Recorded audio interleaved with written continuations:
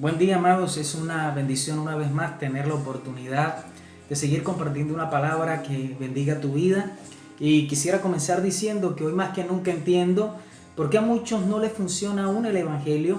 Y una de las conclusiones a las cuales uno puede llegar es que no hemos puesto por obra un principio poderoso que el Señor nos dejó.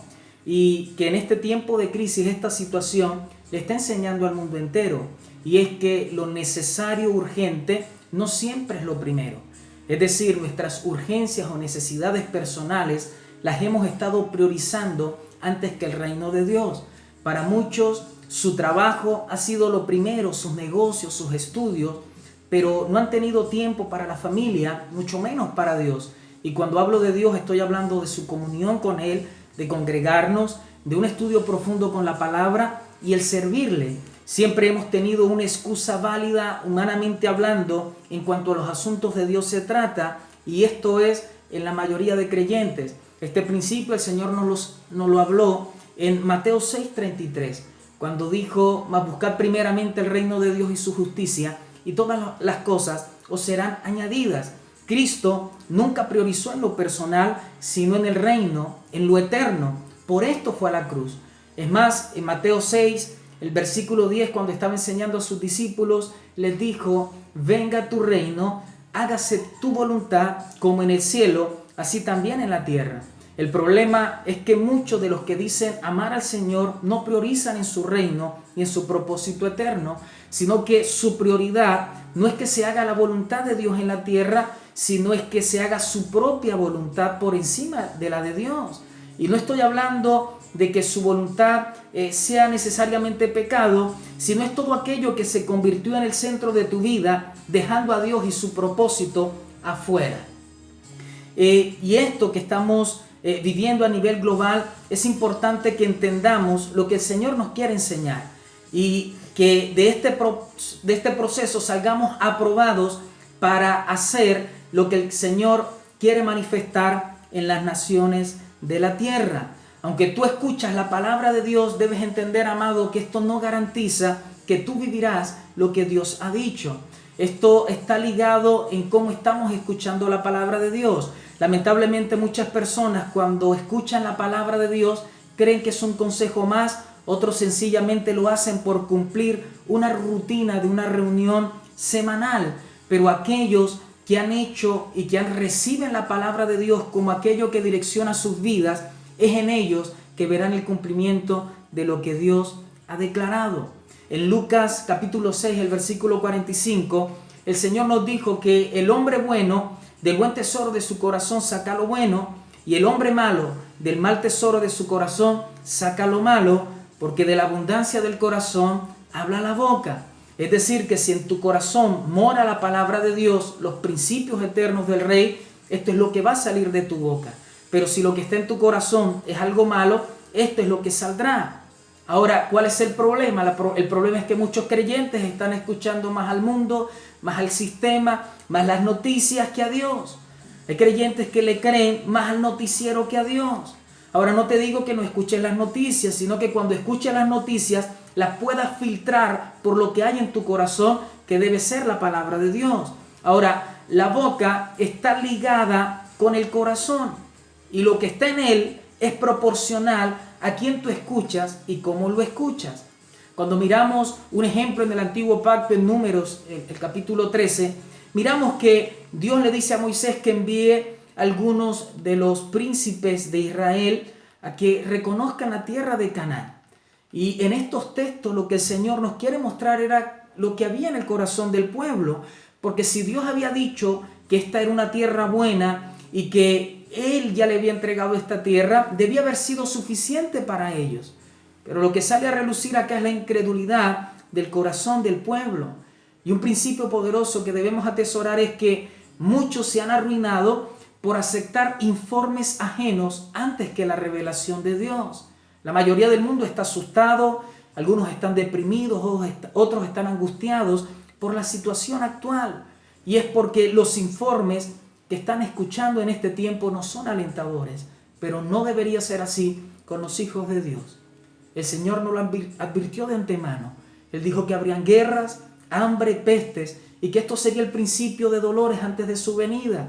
No se nos puede olvidar también que en Juan 16:33 nos dijo que estas cosas les había hablado a sus discípulos para que en Él tuvieran paz y que en el mundo tendríamos aflicción, pero que confiáramos porque Él había vencido al mundo. Entonces, ¿cuál es el problema? ¿Por qué muchas personas al día de hoy no tienen paz? Es sencillamente porque están oyendo más al mundo, a este sistema, que a Dios. Cuando vemos la historia en Números, dice que aquellos que fueron enviados reconocieron hasta cierto punto lo que Dios les había mandado hacer. El problema fue que cuando aparecieron los gigantes, las ciudades amuralladas, ellos quisieron retroceder. Y estos son los que reciben la palabra y se animan, pero cuando vienen los conflictos, vienen las aflicciones de la vida, los problemas que nunca van a faltar, quieren retroceder. Ellos siempre le dan más énfasis al estorbo que tienen al frente que lo que Dios ha declarado sobre sus vidas. Estos hombres hablaban del fruto de la tierra, hablaron de los hijos de Anac, de los gigantes, hablaron de las murallas, pero nunca hablaron de las grandezas de su Dios. Me encanta porque David en el Salmo 19:14 declara algo poderoso y él dice: sean gratos los dichos de mi boca y la meditación de mi corazón delante de ti, oh Jehová, roca mía y redentor mío. Mire la diferencia de David. David recibe una palabra de parte de Dios que sería rey de Israel, y lo primero que se le aparece después de recibir esta palabra es un gigante. Pero lo glorioso es que David cuida sus palabras y cuando habla lo hace como un rey. ¿Por qué? Porque la palabra que había recibido de Dios le dio identidad. David no perdía el tiempo cuando iba al servicio del profeta Samuel. David atesoró la palabra en su corazón porque la recibió del profeta, pero sabía que esa palabra era de parte de Dios. Por eso es que cuando se enfrenta con Goliat, él cuida sus palabras y lo que sale de su boca es lo que había en su corazón. ¿Y qué era lo que había en el corazón de David? Era la certeza de que el gigante estaba en sus manos porque Dios le daba la autoridad y el poder para salir victorioso de cualquier circunstancia en la que él estuviera. Amados, la realidad es que siempre vamos a tener batallas con gigantes todo el tiempo. Pero si eres un hombre y una mujer de fe, debes cuidar lo que sale de tu boca. Y más en los tiempos de crisis. Y si vives de esta manera, cuidando lo que sale de tu boca y atesorando la verdad de Dios en tu corazón, de seguro siempre saldremos en victoria. Lamentablemente, debido a la incredulidad de los 10 espías que no aceptaron la palabra de Dios, todo se complicó para el pueblo. La cuestión era que Dios nunca negoció si les iba a dar o no la tierra. Ya era un hecho. Era un hecho. Dios les había entregado la tierra. Amado, debes cuidar que tu mentalidad no estorbe lo que el Señor tiene para tu vida y para tu familia. Me encanta porque se levantó un hombre llamado Caleb en Números 13:30 que hizo callar al pueblo delante de Moisés. Y declaró algo poderoso. Él dijo: subamos luego y tomaremos posesión de ella porque más podremos nosotros que ellos. Más podremos. Vamos, repita ahí donde tú estás. Más podremos. La palabra hebrea Yakol es la que utilizó Caleb en este versículo, que significa tener la habilidad, tener el poder y la capacidad para vencer y tener éxito. Cuando Caleb utiliza esta palabra Yakol para indicar, era su convicción de que tenían los recursos necesarios para salir en victoria. Quiero decirte, amado, que tú y yo tenemos eso, la victoria total en medio de cualquier circunstancia. Tú y yo tenemos lo necesario para salir en victoria en medio de cualquier crisis. Lo triste de esta historia es cómo termina, porque más de 2 millones de personas, solamente 2 salieron aprobados.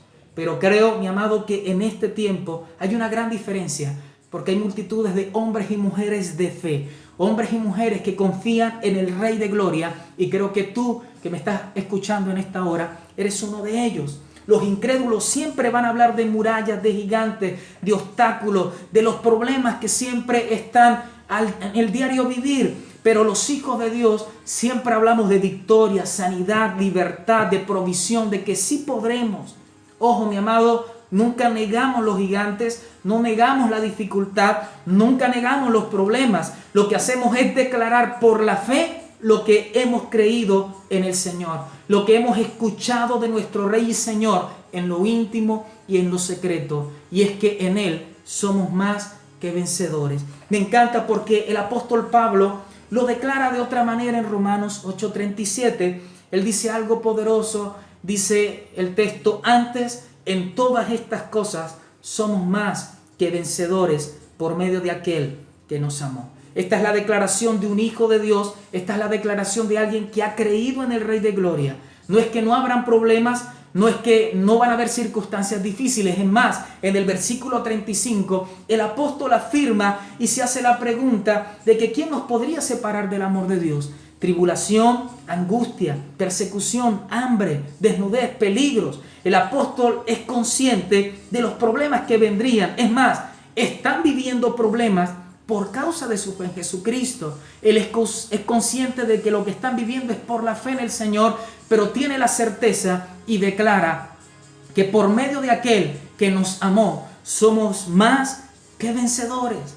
Yo te animo a que lo digas y en tu casa, dilo conmigo: soy más que vencedor por medio de aquel que nos amó. Vamos, decláralo ahí donde tú encuentras. La palabra más que vencedores que utiliza el apóstol Pablo en este texto, que es la única palabra que encontrarás en la Biblia, es esta, y la palabra del griego hupernikao. Y hupernikao es una palabra compuesta que solo aparece por esta única vez en la palabra. Es la palabra compuesta del griego huper, que significa más allá, superior a, y nikao, que significa vencer, alcanzar la victoria. Cuando tú unes estas palabras para formar hupernikao, ocurre una sinergia poderosa para dar como resultado los siguientes significados. Escucha, la palabra más que vencedor significa ganar una victoria decisiva, conseguir una victoria magna, obtener un triunfo total, ganar completamente una batalla. Pero me encanta esta definición, dice tener una victoria abrumadora. Y la otra definición que me encanta es vencer de manera arrolladora. Quiero decirte, mi amado, que en medio de tu crisis tienes lo necesario para tener victorias arrolladoras en este tiempo. Debes entender, mi amado, que por nuestra fe en Jesucristo tenemos lo necesario para salir en victoria en medio de cualquier crisis y circunstancias que estamos viviendo. Lo único que debes hacer en este tiempo, amado, es cuidar tu manera de hablar. Cuida tu manera de hablar, que sean gratos los dichos de tu boca delante del Señor, que cuando medites, no medites en todas las noticias que escuchas, sino medites y pienses en las grandezas de tu Rey y tu Señor, recordando siempre que en Él somos más que vencedores y que lo que tenemos no es de nosotros, sino que todos los recursos que tenemos vienen de parte de Él para que tú y yo salgamos en victoria en medio de estas crisis. Te amo en Cristo, mi amado. Espero que esta palabra te bendiga, que esta palabra te levante en este tiempo